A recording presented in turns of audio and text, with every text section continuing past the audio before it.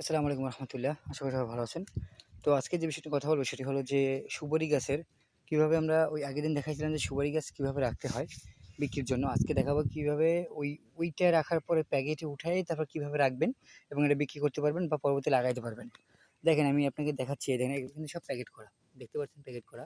তো এগুলো ১ম এ আমরা প্যাকেট কিনছি।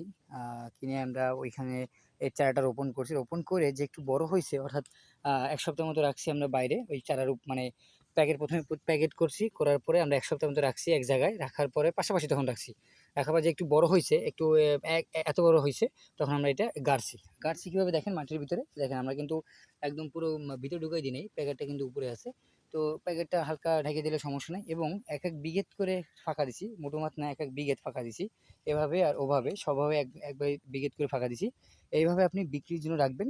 ৩ মাস পর বা ৬ মাস পরে আপনি এটা যখন বড় হয় বিক্রি করতে পারবেন। এভাবে আপনার